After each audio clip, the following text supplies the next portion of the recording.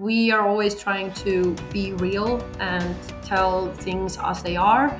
If they are grave, then we talk about that. If it's not as serious as, the media or social media posts are letting it out to be, then that's what we say. And I think that's our core.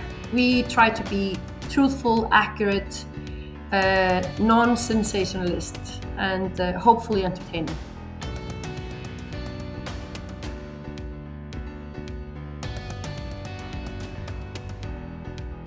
Hello and welcome to the Dragon Tree Podcast, the show where we talk to great communicators about how they do what they do.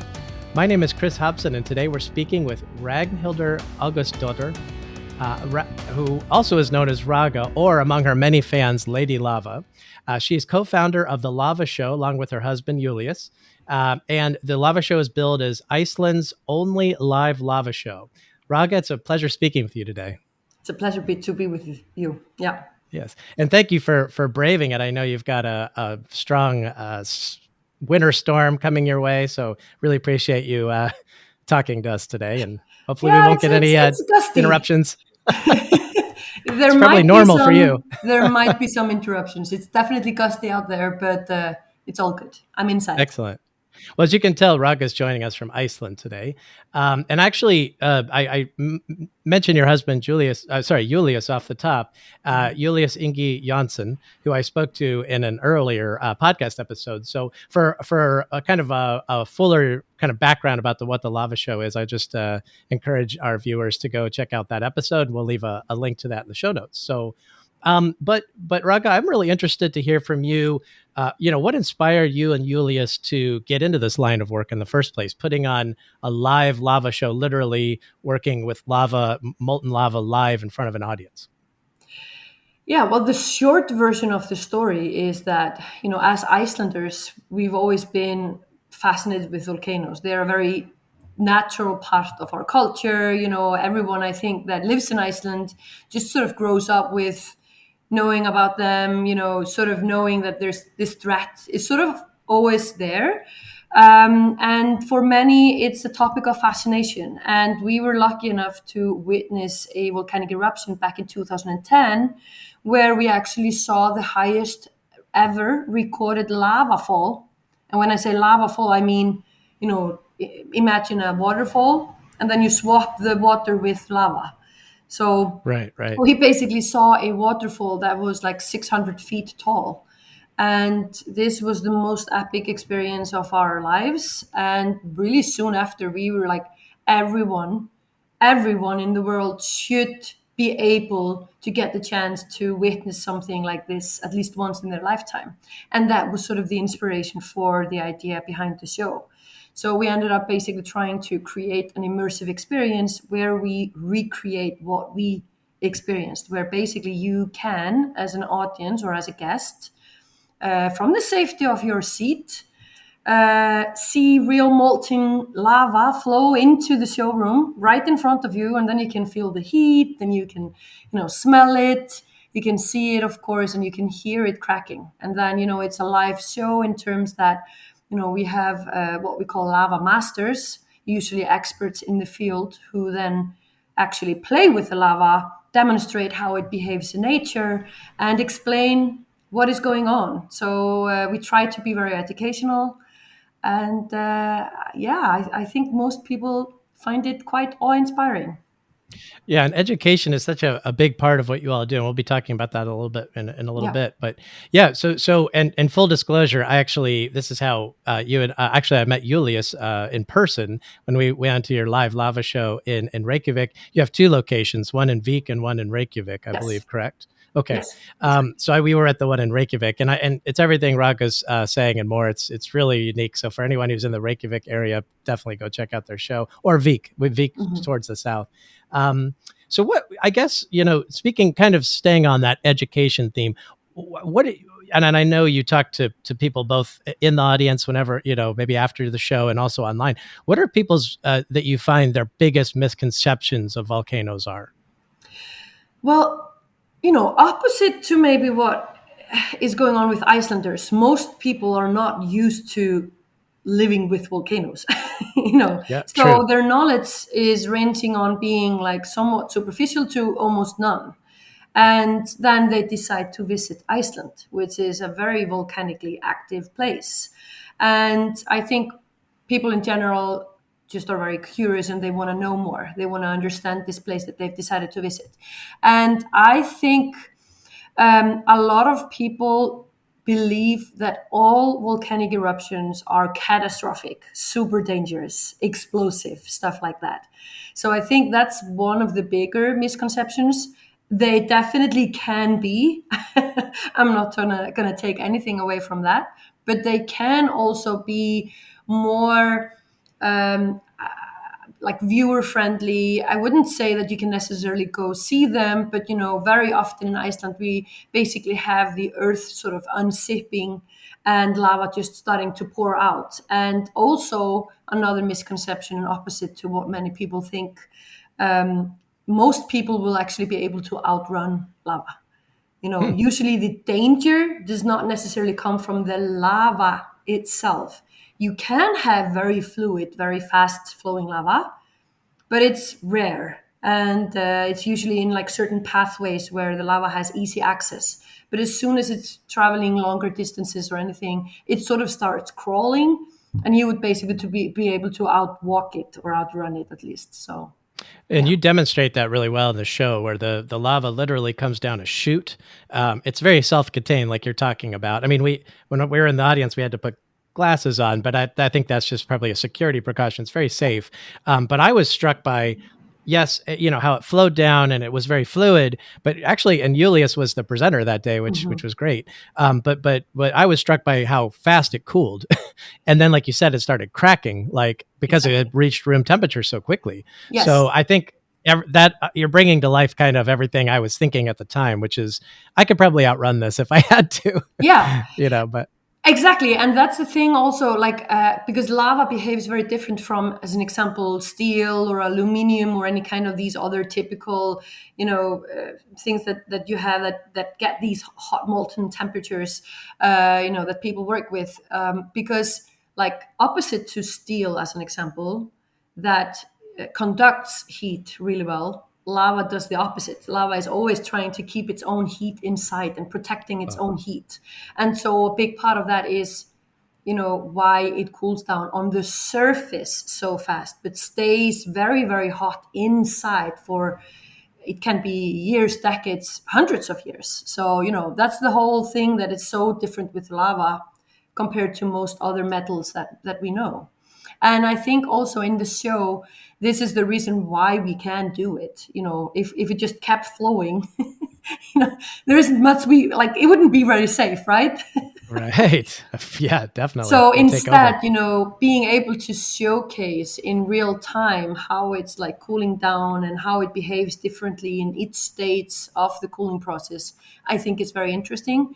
And we actually hear a lot from people who visit us, that especially people that maybe visit us at the end of their trip to Iceland. Maybe they've been traveling around the island for a week or something, checking out all these beautiful places around the island. And then they come back and are maybe heading home the day after or even the day off. And then they come visit Lava Show. And very often we hear people give us the feedback, I wish I'd done it in the beginning of my trip. Yeah. Because then I would have understood so much more what I saw. Yep. I can corroborate that, because we actually we had a 10-day trip to Iceland, which is so breathtakingly beautiful. And we landed next to pretty close. Reykjavik airport was pretty close to where an active volcano was going on. This is back in late August of 2024. And you have Instagram videos that cover, I think, this when it was actually happening. But when we landed, we got a rental car, literally got on the road, and the volcano was almost right there. And so we stopped and watched it from a distance, because I'm like, at the time I didn't know, can I outrun this? I don't know. So I stayed at a distance. And I do kind of, and I wouldn't change a thing about our trip, but in retrospect, if I had to choose one thing, it would definitely have been seeing your show first, because I would have appreciated all this, because not only did we see that active volcano, we ended up, there's some dormant volcanoes you can climb up. We even went into the caldera of a very inactive volcano, and it would have really just given us a lot more context and to understand what we were looking at. So if anyone watching this has any plans to go to Iceland, I agree with Ragga 100%. Go see the show first. So yeah, and I also think that I mean, quite literally in Iceland, the floor is lava. Like everything at some point in time yes, the floor is lava. was came from a volcano, right? So it really basically doesn't matter where you are in Iceland. There's always some geological context to it, and the more you know, the easier it is to actually spot it and notice it and maybe understand it a little bit. So yeah. Mm-hmm. Yeah, and most of them are, and you have a great. Not only do you have the interactive where you interact with the lava and the audience watches. There's a great video or a big projected film that goes along with it, and you chart the volcanoes over the years, and by far they're not catastrophic. I mean, there's obviously the one in I think 2010 that shut down most of air flights to Europe, and Yep. we all know that one. Mhm. But and we've seen the movies where it's a little bit dramatic, but usually it's not a big deal. So No, and exactly. But usually it's yeah, not a big deal. But Iceland has the potential to have catastrophic eruptions. So, oh, definitely. most of the time it's not. Most of the time it's, I wouldn't say necessarily safe, but at least not like dangerous or posing any major threat to people. Yeah. So, but I want to stress, what I said earlier, even if I say that you can outrun lava, I would not recommend going close to an active eruption unless, the authorities are giving the go ahead, because there's other dangers that you need to be aware of. And I think because exactly the point that we made in the beginning, most people do not know what is associated with a volcanic eruption and do not realize, what dangers they need to be aware of. So for instance, the volcanic gases, they can often sneak up on you and sort of come at you as a surprise. You don't realize it until it's too late. So there are definitely things that can be dangerous that you need to be aware of. And I think Icelandic people are sort of aware because it's on the news, every time an eruption happens, there's something about it, and it's part of our school system. Everyone is educated to some degree in, volcanoes and geology. So I think the average Icelandic person probably knows more than the average person in the world. Yeah, because you live with it. Yeah, For sure. exactly. Yeah, and Julius, your husband, who was the presenter of the day we were at the lava show, he made a real point of once the lava had cooled, as we talked about, started to crack, it looks like it's solid, but he made a point, he had a poker and he poked through it and he said it's still molten under there. Exactly. He's like, so you wouldn't want to walk on it because No. people do fall through sometimes, Precisely. unfortunately. And, both, it can be really hot just below the surface. So Right. I wouldn't recommend that. No. And also, lava can actually be very sharp. So you can actually cut yourself pretty bad. Oh my gosh. Okay. And that is actually a more common reason for, any kinds of incidents than the heat itself. Yeah. And I loved I think you used did you use the metaphor unzipping? The earth is unzipping. Yeah. Is that what yeah. Because a lot of times sometimes it's the spectacular cone sort of, I'm sorry, I don't know the precise term, but kind of like, stratovolcano, it's called. yeah, the conical stratovolcano. Thank you. But sometimes it's literally just the earth cracking apart. And I think that's what was happening when we were there in August of 2024. Yeah. It was a fissure volcano. Is that Yes. right? Okay. So there's all different kinds of volcanoes, which is Yes. really interesting. And And you all that's have museums there that talk about it. Exactly. And that's what Yeah. I think is so fascinating about Iceland is that we have almost every type of volcano there is. There's, because most people just think like a volcano is this triangle shaped, sort of that's what I thought. mountain that, erupts from the top. But that's not at all, the whole picture. That's just one type of volcanoes. And then you can have plenty of other ones. And we have them almost all here in Iceland. So we have a very interesting. also versatile kind of geology.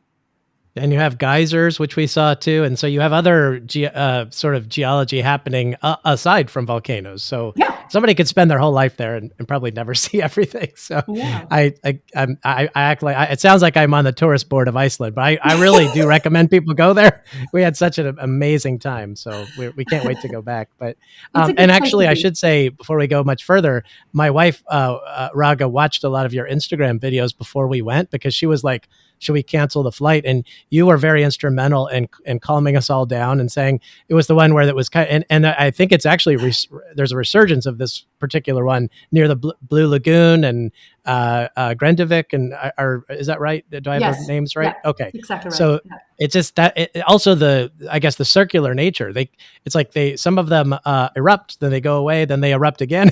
So it's not like you're done after, with some of these. No. So very, And very and dynamic place. and I think it's also like understandably people are concerned. I mean, if I knew that, some kind of natural event was happening in a place that I'm traveling to, I would probably be concerned as myself, Right. especially if it's like something that I'm not used to from where I'm living.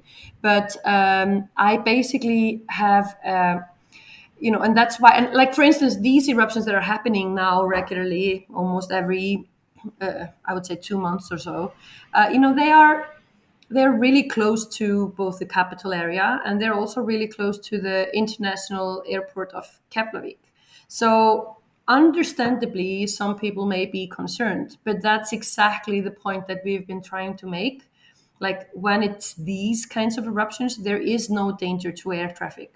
There is no danger outside of a very, very specific area in the closest vicinity to the eruption site. Otherwise, it's all safe. And I think this is what we and many others have been trying to, get out there. And I'm glad to hear that it calmed you and your wife down before you decided to come to Iceland. For sure, yeah, and I would like to get into the social media kind of dimension of what you all do. Primarily, from my research, it looks like you're primarily on Instagram.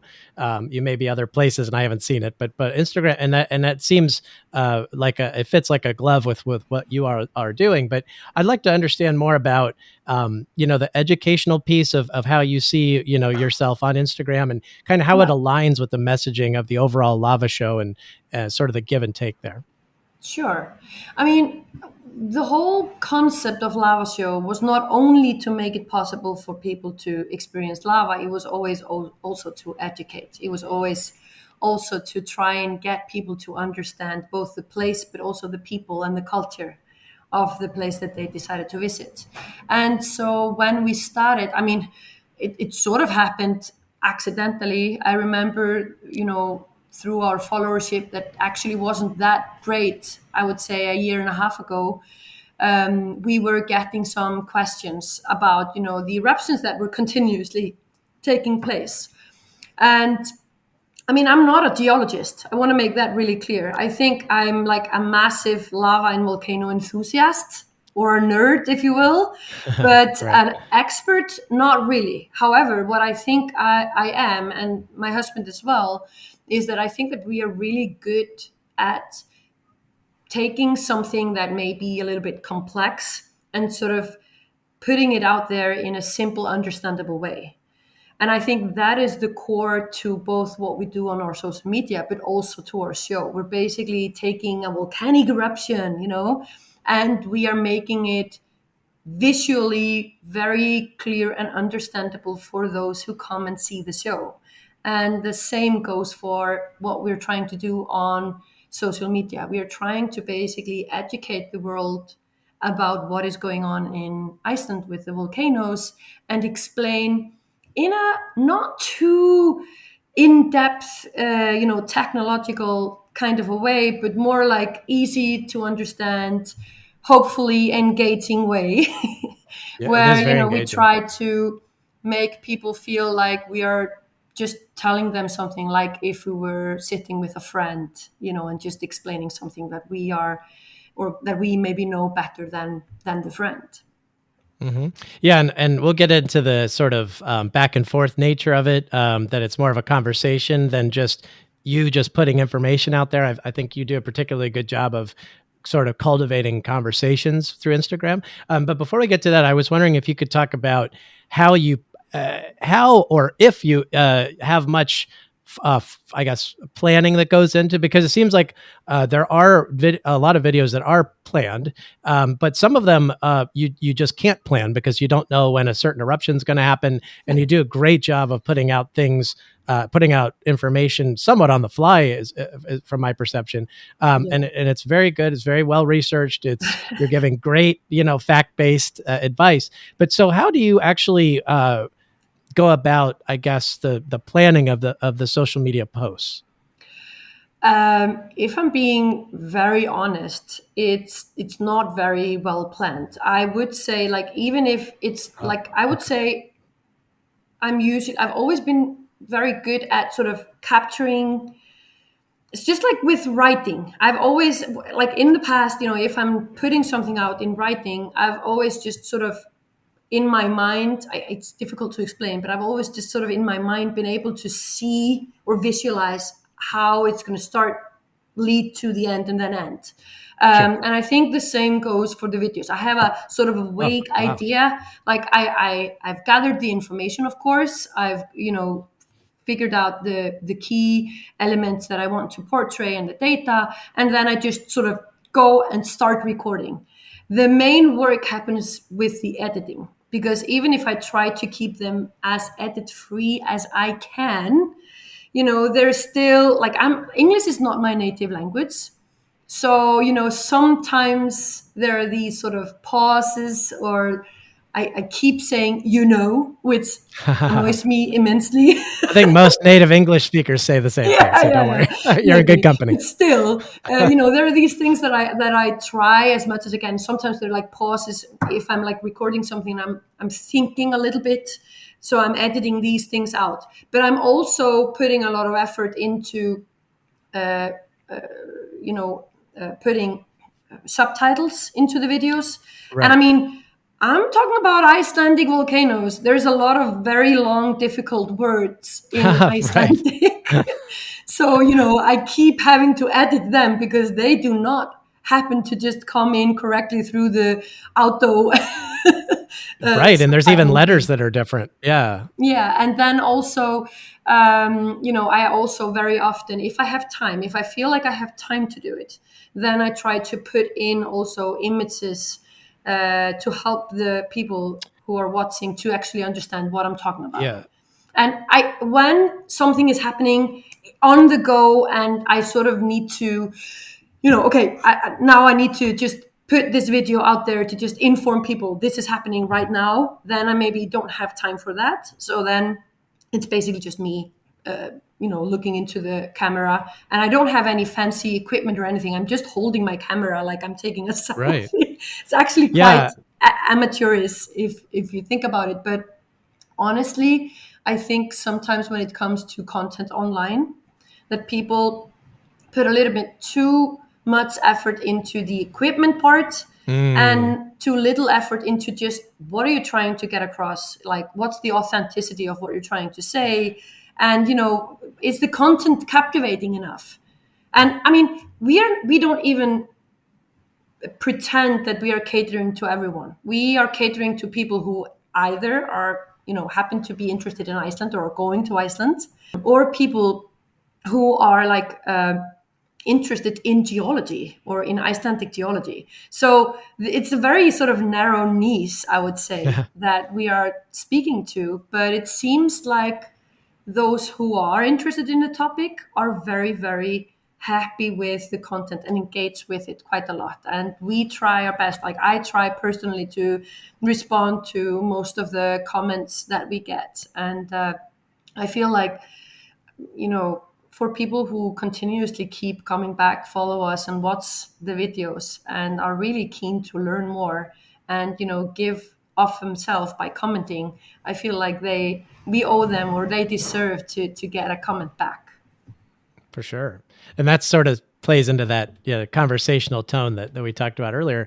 And I think the fact that, sometimes you'll just put out a video on Instagram that says, look, this is happening now. I'll get more of a like a proper video together with visuals later. I just want to let you know. And then you like list a few facts off the top.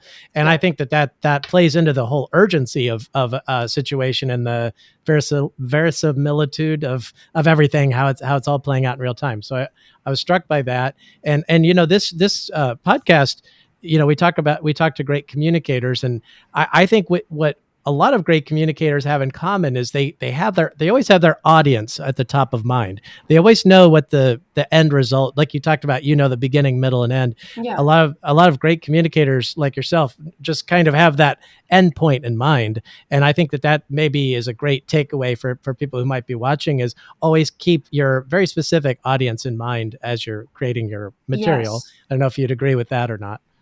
Yeah, totally. And I think, for me, it sort of comes naturally. I'm basically trying to put out content that I would myself want to watch. That's the core. Like, if I think it's interesting, then someone else must find it interesting too, right? It doesn't have to be the whole world. It doesn't have to go viral.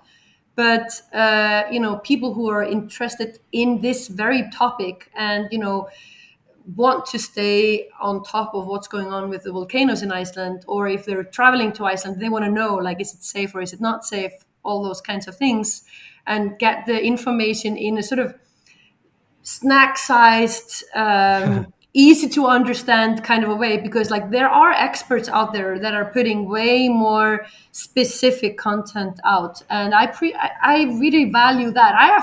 I very often watch those to then know, okay, so this is a good point, I want to take that away and then use and explain in a simple way. So I mean, yeah, we don't claim to be the experts. I think that the main thing that we do is that we try to just make it simple, understandable, and timely, and without the sensationalism that I think very often comes with natural disasters like volcanoes. I think the media, and actually also many social media platforms and influencers, they sometimes take this and use it as a tool to get like viral videos that are not necessarily portraying the truth. And that's not who we are. We are always trying to be real and tell things as they are. If they are grave, then we talk about that. If it's not as serious as the media or social media posts are letting it out to be, then that's what we say. And I think that's our core. We try to be truthful, accurate, non-sensationalist, and hopefully entertaining. Yeah, I think it's great that you all like act as kind of like almost like sense makers, or almost like translators from the hard science to the what people can digest, just maybe who are interested, in it, but maybe don't have some advanced degree like myself. I'm interested in it, but yeah, and that's something your husband Julius talked about on our previous podcast episode. Is I know at least in the beginning you all had a list of geological, whether they were professors or people who'd published papers. You had your go-to experts. If you could answer most questions, but if you got stumped on a question, do you still go that route too, where you have experts you can call on to for something very absolutely. Yeah. We certainly do. So first of all, I want to say that for the lava masters that do the show, not all of them, but most of them actually are either already geologists or volcanologists, or are getting a degree, like are in the process studying to become one. So we do actually have an outstanding level of expertise within the company itself. Some of these folks know way more than me and Julius do, when it comes to the specifics. And we seek out knowledge to them all the time, But we also have a list of professors and experts in Iceland that we can contact if there is something. And actually, it's quite interesting because, as you know, at the end of the show, of Lava Show, we actually open up for questions. Right. And people can basically ask anything. And I would say 90%, 95% of the time, we usually get the same questions. over and over again. It's like a list of, I don't know, 20, 30 questions that we repeatedly get. Because, nothing wrong with that. It's obvious. It's the most obvious questions. It's stuff like, how do you clean up the lava? Right. How do you heat up the lava? Stuff like that. But then we also do get, especially if there is an ongoing eruption, then very often we also get questions about that. And I think that's also very natural. People are curious, they want to know more. However, I will say, usually, not always, but very often, the best questions actually come from the kids. They are so amazing, the way that their mind works. They're so they're so free of the filters that us grown-ups have sort of put up to definitely not come across as stupid or something. Right. They just ask. And they are usually the ones that sort of stump us like, that's a really interesting question. I need to actually follow up on that. And then sometimes, like if the people are really interested, then sometimes we get their contact details. We tell them, hey, you know what, we will find the answer to your question and then we'll follow up. And that is sometimes what we do. It happens more rare and rare because, as time goes by, the fewer questions will surprise us. So we have like this internal database that we're working up to create sort of a frequently asked questions and then the answers to them that we both use for training purposes, but also like we plan on we're working on a new website as an example, and part of that website we want to have like a lava academy. Oh, great. Yeah. Wow. That'll be a whole other podcast. Yeah, maybe. Talking just about the academy. That's so compelling that you'll have classes presumably and you can get a certificate, or is that the idea? Who knows? I'm sure it can grow in many different directions. So, the first thing is just to get some of the content that we already have gathered, out there, and then we'll see where it goes. Wow, we'll have to have you back on that. Definitely want to get an update on that. That's so interesting. I'll keep watching Instagram for updates on that. Well, speaking of educating and on Instagram, I think part of that translator role that that's my word, not yours, but I see you that way is kind of making things understandable to the common person like myself. But part of that is those visuals we talked about, and they are really well done. I mean, some of them are static and they show maps, but some of them have arrows that move and it's animated and there's different things in different places. So how do you, if you don't mind, showing us a little behind the scenes there, how do you actually put those together? Again, I'm almost embarrassed to say that it's all quite amateurish. I actually do this all on my mobile. I do it on my phone. Really? I use CapCut. And basically then I go and gather the infographics and the information that I want to use. And I just take them from websites such as veður.is, which is like the official Icelandic Met Office website, which is actually really good. And they do a great job of providing very, very good, detailed information about what's going on, sometimes with graphics and some stuff to explain. And then I just edit it all in CapCut. And I mean, I will say for the more detailed videos, it takes hours. It's it can take up to 8 hours just making one video. That is maybe like, I don't know, 5 minutes long. So I think the work that goes into it is often sort of not valued, or I wouldn't say valued. It's more like, I think people don't realize, how much work goes into them. And, absolutely. And I mean, I am an entrepreneur. We are running a business. So usually it's very rare that I have time during my workday to actually do this. So I usually do this very often. I run outside or into a different room, record a video. And then maybe when I'm like putting my youngest to sleep or something, I'm like editing it. Wow. So this is like around the clock type work. Yeah, well, I'm trying to get away from that a little bit, but sometimes that's a little bit how it feels. Yeah. Wow. Excellent. But well, we all benefit also, from it comes it. in waves because like if there is something big going on, then, we send out more frequent updates. Then we are like putting out more content because like stuff's happening, right? If not much is going on, then we just sort of like give out the, hey, not much going on. So I'm just going to give you like a general, like, hey, did you know that, we have 30 active volcanic Right. systems in Iceland, or stuff like that. That is just sort of more generic, not time sensitive or anything like that.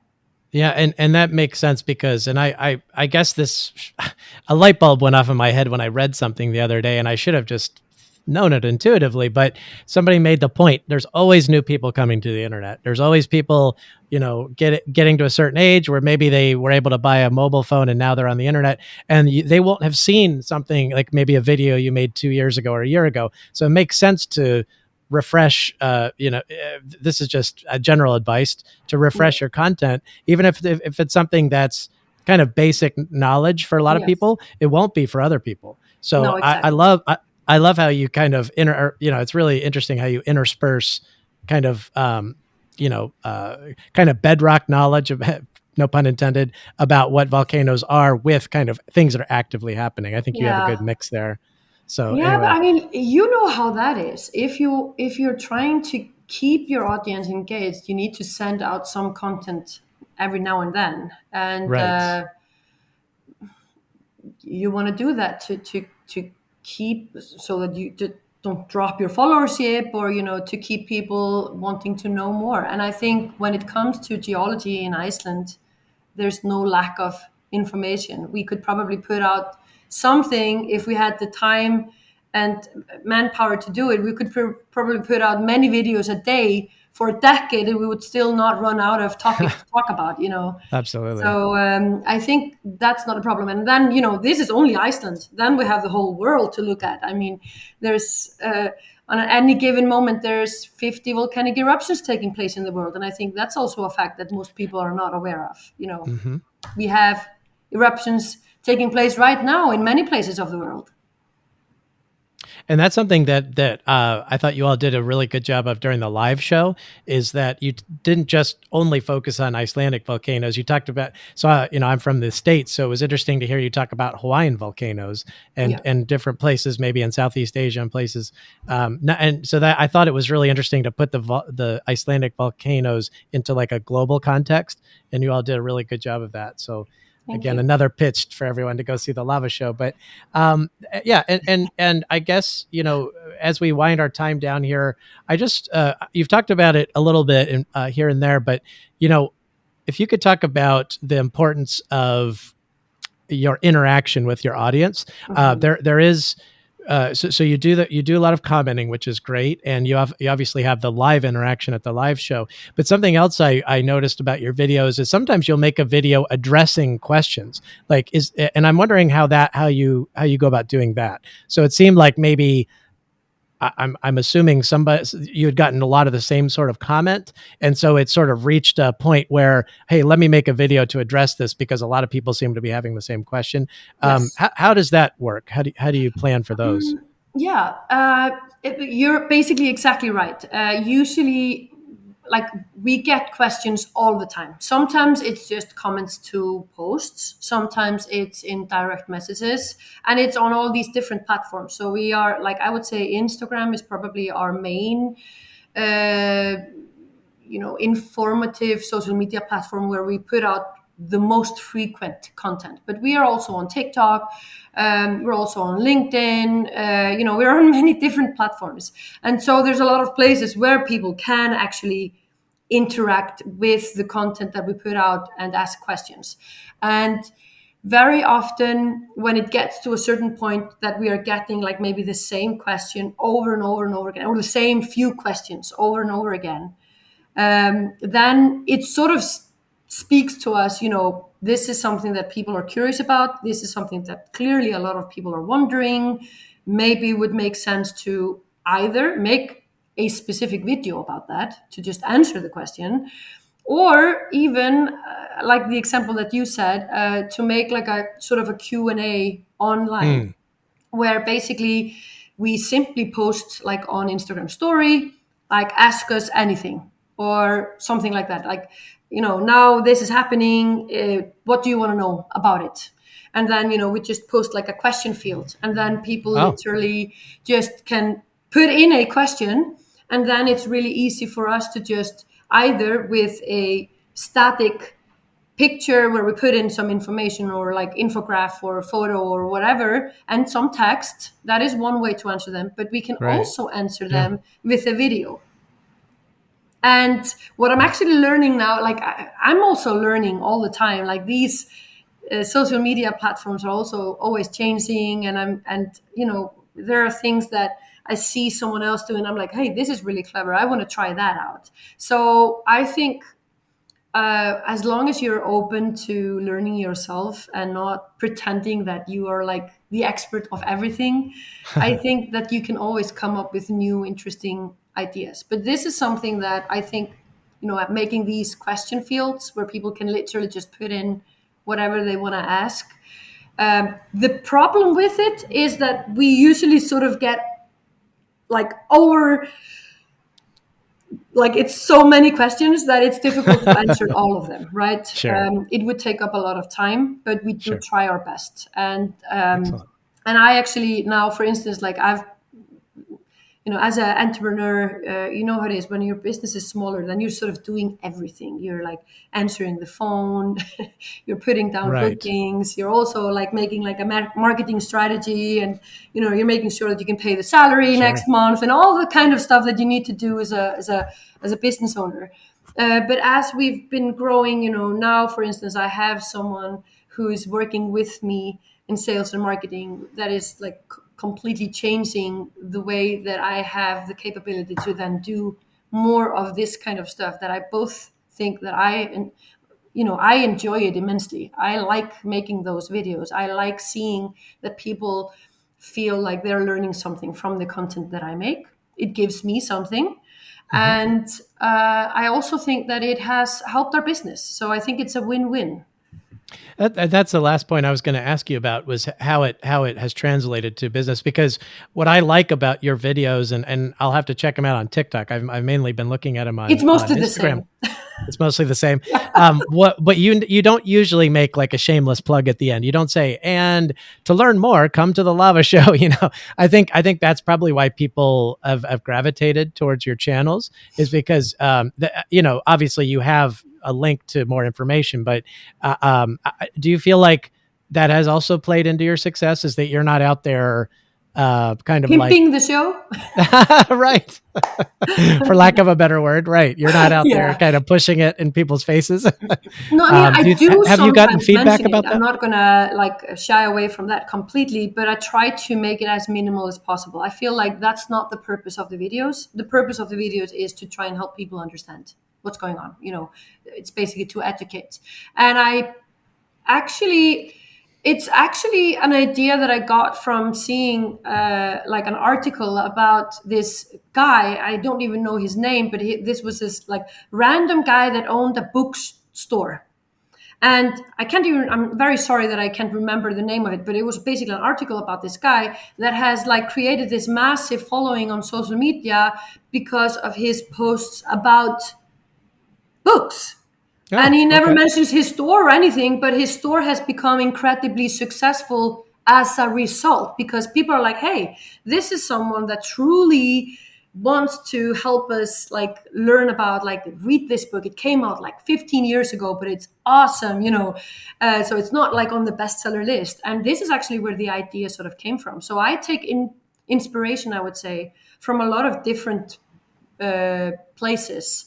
And this is just something that I read, and I was like, maybe it will help, like, hold in hand with people like associating Lava Show with genuinely trying to give authentic, informative, interesting information out. If that's what they do on social media, then maybe the show is equally good. Or even better. So, that's what we were hoping. And I do think that that has happened to some extent. We do have a lot of people that are coming and that are like, I'm not always at Lava Show. I'm there most weekdays, but I'm not always there, and I'm sometimes just in the office or in meetings. So I'm not always down on the floor like welcoming guests. And sometimes people are like, "Oh, I wish Lady Lava was here," or something like that.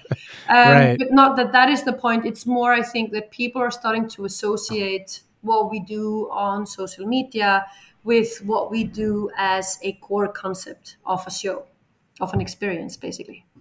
One last question, Ragga. What advice would you give to people in a similar circumstance? Maybe they're just starting a business, or maybe they've already started a business and they're trying to kind of take it to that next level. So what advice would you give based on your experience with the Lava Show? Wow, there's a lot of advice I think I could give. I think I want to split it into two, if that's okay. So Of if I course. look at purely from a business perspective, if you're about to do something and you're about to launch it, I think one of our main mistakes was that we didn't start marketing it until basically after the fact. Ah, So we should have started marketing it, I would say, way ahead of time, sort of teasing, like this is coming, you know. But I mean, I will admit that we were also doing something that had never been done before in the world. You know, there's no other lava show in the world. There's no place in the world that melts lava and pours it into a showroom full of people. right. So, you know, I think we were also a little bit afraid of like promising something that maybe wouldn't work. But that basically resulted in us taking way longer time to then actually attract the business that we wanted. So from a purely marketing point of view, I would say if you're trying to launch something, if you're trying to do something, start teasing it way before you're about to launch. And even if it gets delayed, that's fine. Then you just tease it a little bit longer. So that is like very sort of generic. From a more like a communication, social media point of view, I would say number one, just start. And number two, don't feel like you have to have all the equipment to do compelling content. I mean, look at me. It's very amateurish, if I'm being honest. Like, I'm literally holding my phone in front of my face, just recording me saying some stuff to the camera, basically. And then I'm just editing it on my phone. I don't have any professional equipment. I should use something, and I probably will at some point. But right now, this has just worked for me because I'm just a busy mom, and I'm just a busy, entrepreneur. So that's it for me. And I mean, see what it has let us. So it doesn't have to be anything fancy. The most important thing is to just be authentic. Yeah. Those are words to live by. Thank you, Ragga. And if anyone wants to get in touch with you, as we've talked about up to this point, you can find Ragga and the Lava Show and Júlíus on Instagram, TikTok, LinkedIn. Is there anywhere else people should go if they want to kind of continue the conversation? These are probably the best places. Of course, we are also working on trying to get more content into YouTube. It's going slower than I would like, but generally, you can find us either at Lava Show Iceland or just Lava Show. Yeah. And we'll put links to all the social media accounts and the Lava Show website in our show notes. Thank you so much, Ragga, for joining us today. This was fascinating. Thank you, Chris. It's been amazing.